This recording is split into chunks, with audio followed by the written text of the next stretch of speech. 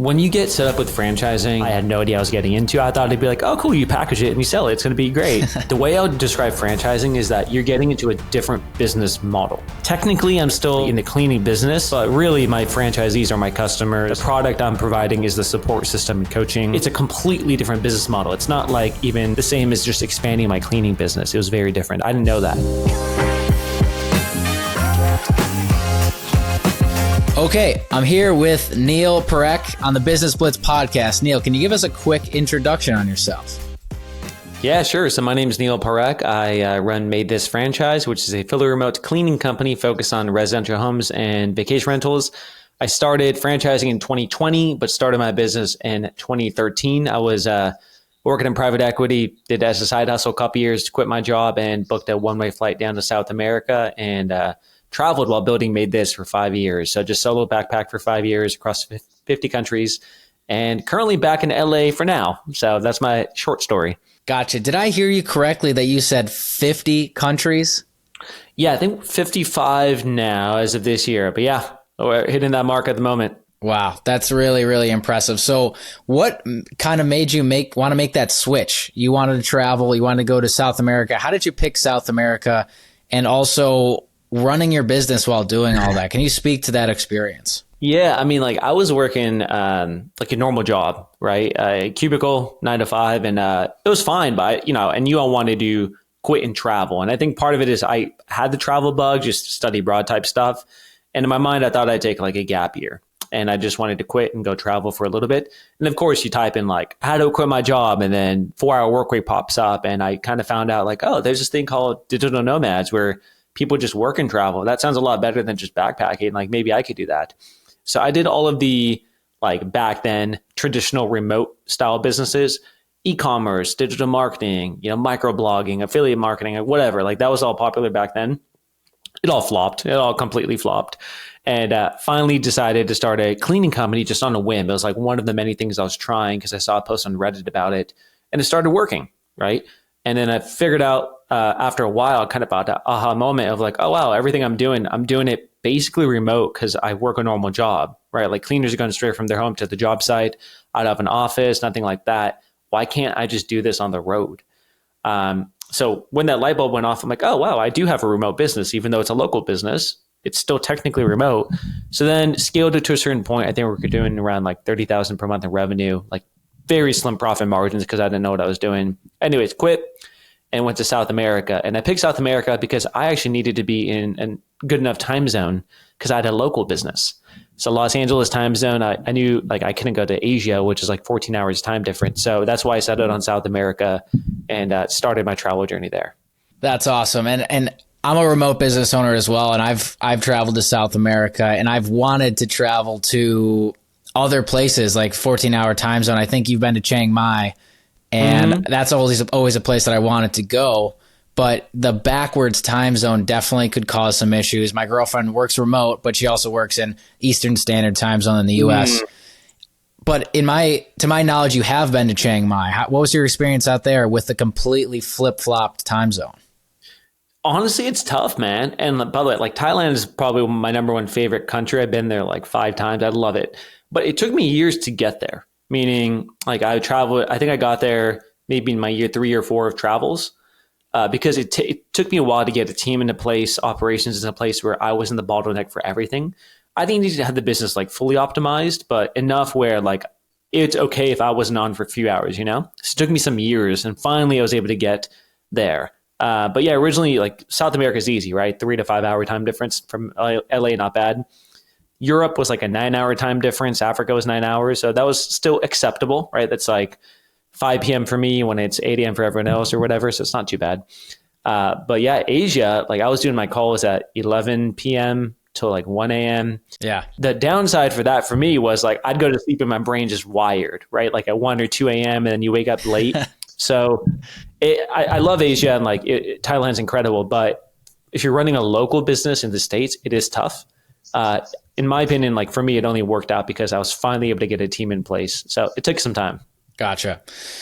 So let's talk about Made This a little bit more. What was your first location And tell me about the progression to where you are right now. How many locations you have, maybe your biggest location. Talk about that kind of stuff. For sure. So I have my own location in Los Angeles. So I started in 2013. So it's been a while, and decided to start franchising around like 2019, 2020. So officially got like the paperwork and everything done right in March 2020. So perfect time for a vacation rental cleaning franchise, March 2020, when everything's shutting down, but technically launched then. So yeah, first couple of years, dude, were just a grind, man. Like I didn't know anything about the franchise world. I'm not from that background at all. Never been a franchisee, never worked for a franchise, nothing. So I don't even know how to find franchises. And the first one came from my network. So someone I know, David, who another entrepreneur, was running multiple locksmith businesses at the time. I was talking to him about it. He's like, hey, I kind of want to bring it to Denver. So Denver was the first location just through networking. And we awarded one location in the first year. The second year, someone found me through Starter Story. I was doing a lot of like online posting, PR, social media, that kind of stuff. So someone found me from Starter Story, opened up a second location.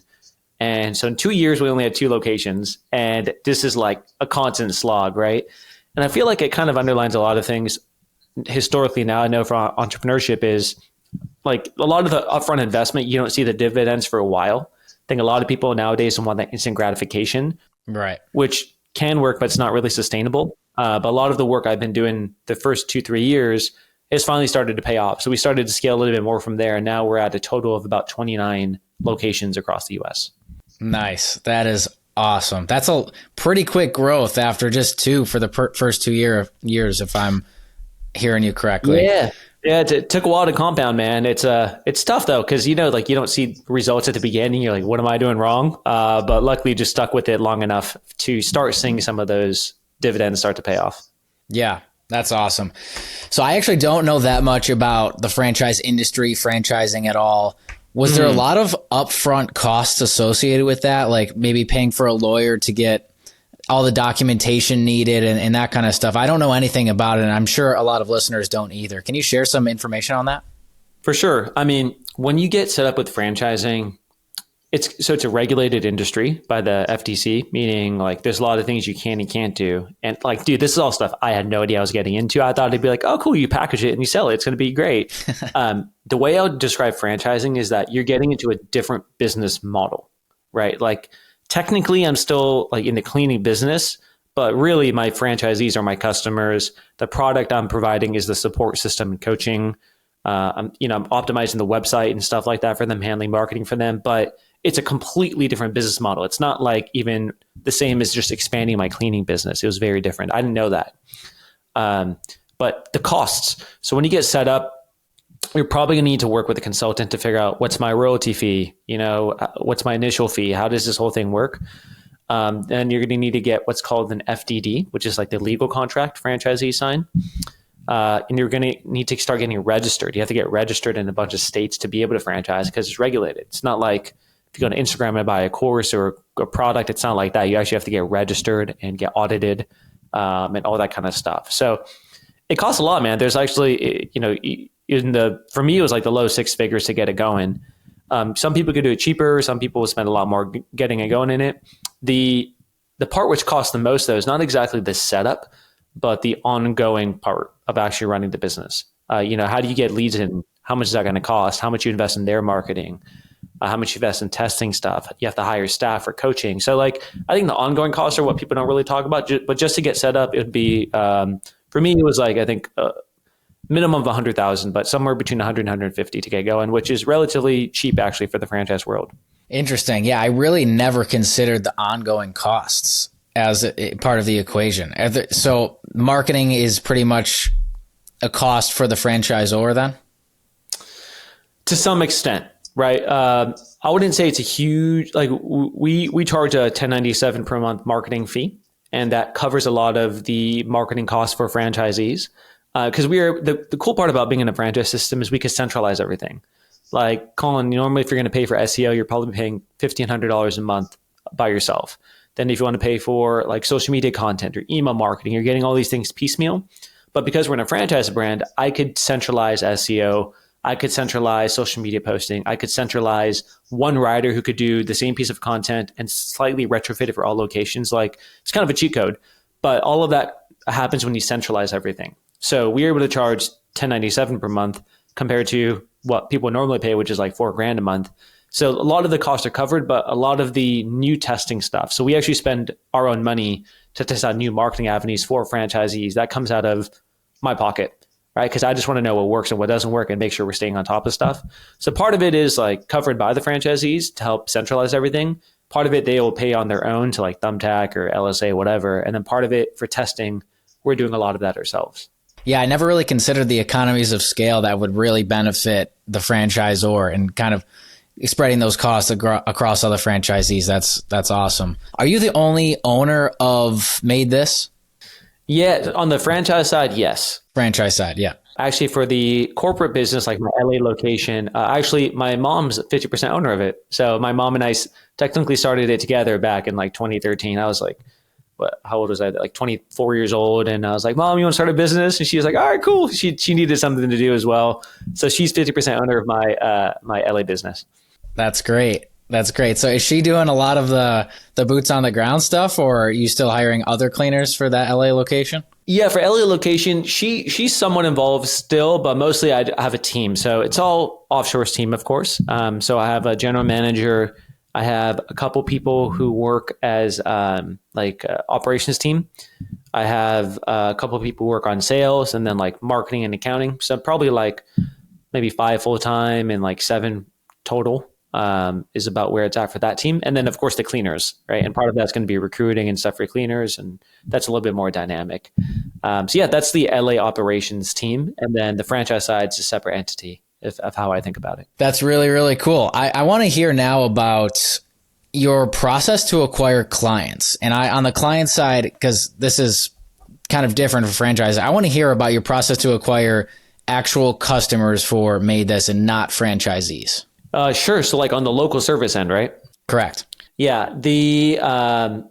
I feel like it changes every single year, Colin, because like what worked 10 years ago doesn't work anymore. What worked 2 years ago doesn't work anymore, right? It varies so drastically. When I first got started in LA, Yelp was good and Google Ads was good, like AdWords. And now Yelp is awful. But back then, that's kind of how we got our start. Typically, how I think about marketing when it comes to home services is you want to buy leads until the point where your SEO and recurring business picks up, right? So hopefully you're not buying leads forever for all your business, but our model is a recurring revenue business model for cleaning, meaning someone gets their home cleaned, it's going to get dirty again, right? It's not like, cool, I got my place cleaned once and like I'm set for life. It's going to get dirty again. So it's a recurring business, but it's a lower ticket amount. So our goal is, how do I get this customer signed up with us for a recurring package? Or if they're going to do one time, how do I get them to book many, many times? That's the game. So there's a couple ways of getting customers into the system. And this is like what all franchisees are doing right now. There's digital marketing or there's community marketing. Digital marketing is like calling what you and I already know. AdWords, LSA, Thumbtack, Angie's List, anything online, anything where you're buying ads. That is a great way of getting business. What I've noticed, interestingly enough, is the offline customers from community marketing, which could be door hangers, which could be showing up in person, which could be hosting community events, could be going to apartment complexes, meetup groups, whatever. Those tend to be more recurring. Like it takes longer to get them, right? Because it's not instant gratification. But when those hit, those end up being better types of customers that last a longer period of time. So I believe you need both.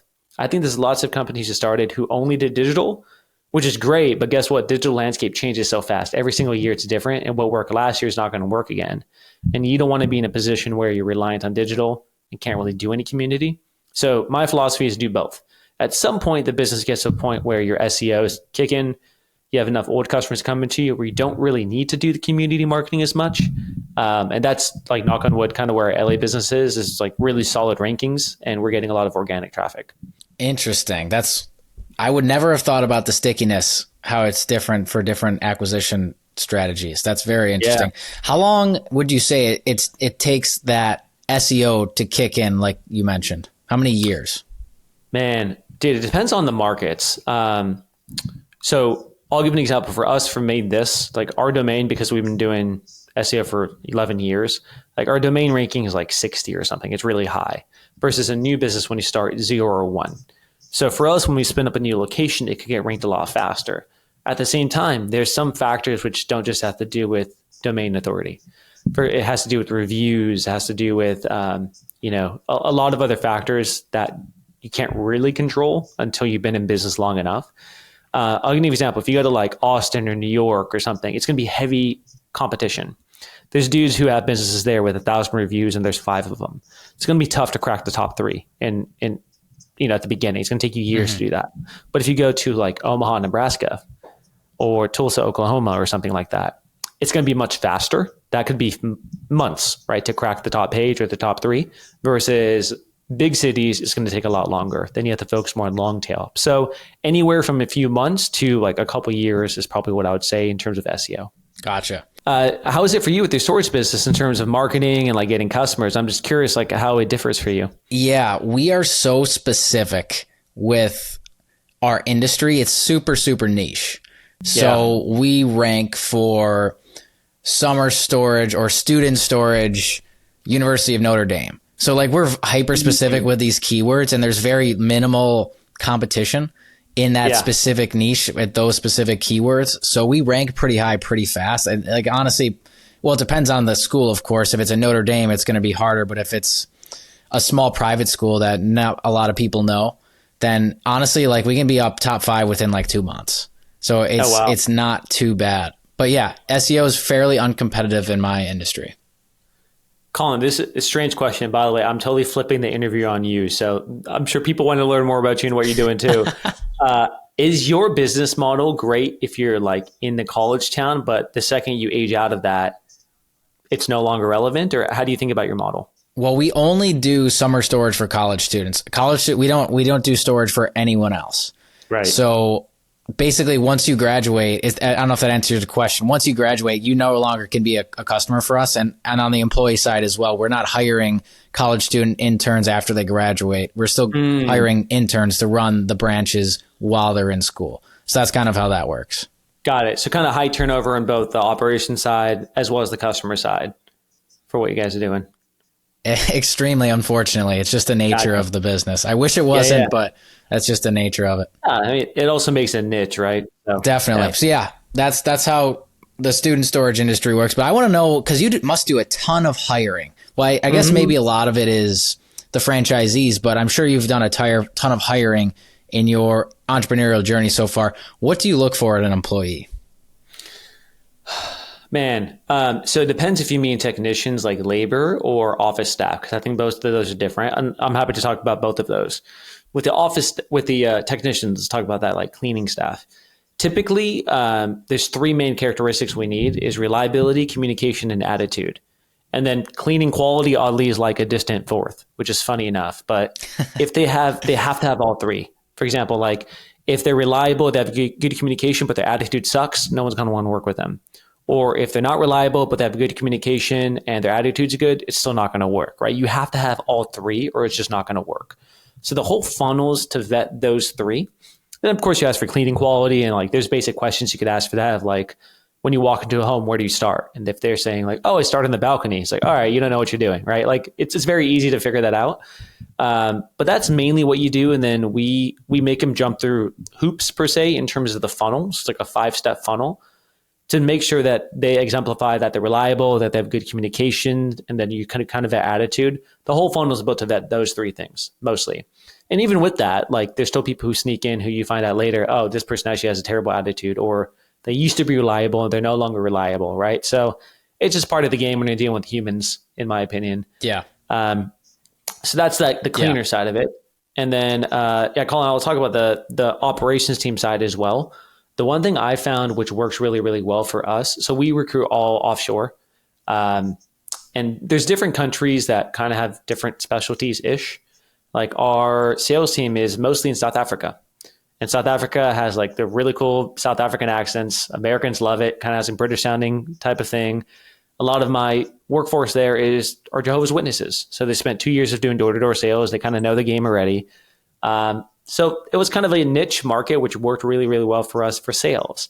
And within that, we use the DISC analysis. I don't know if you heard of the DISC analysis, Colin, when it comes to like a personality assessment. I have. To figure out, if we're looking for someone for sales, we know it's going to be a DI. If we're looking for someone for operations, we know it's going to be a C. That's kind of what we look at when it comes to offshore talent. Yeah. Yeah. That's great. I actually just made my first hire I've hired several offshore, but my first South African hire I just made. Actually, her first day is today. So I'm super excited to bring her on board and get her onboarded and everything. Yeah, I definitely have high hopes. And I also want to go see South Africa. That's one of the top countries on my bucket list. Would love to get down there at some point.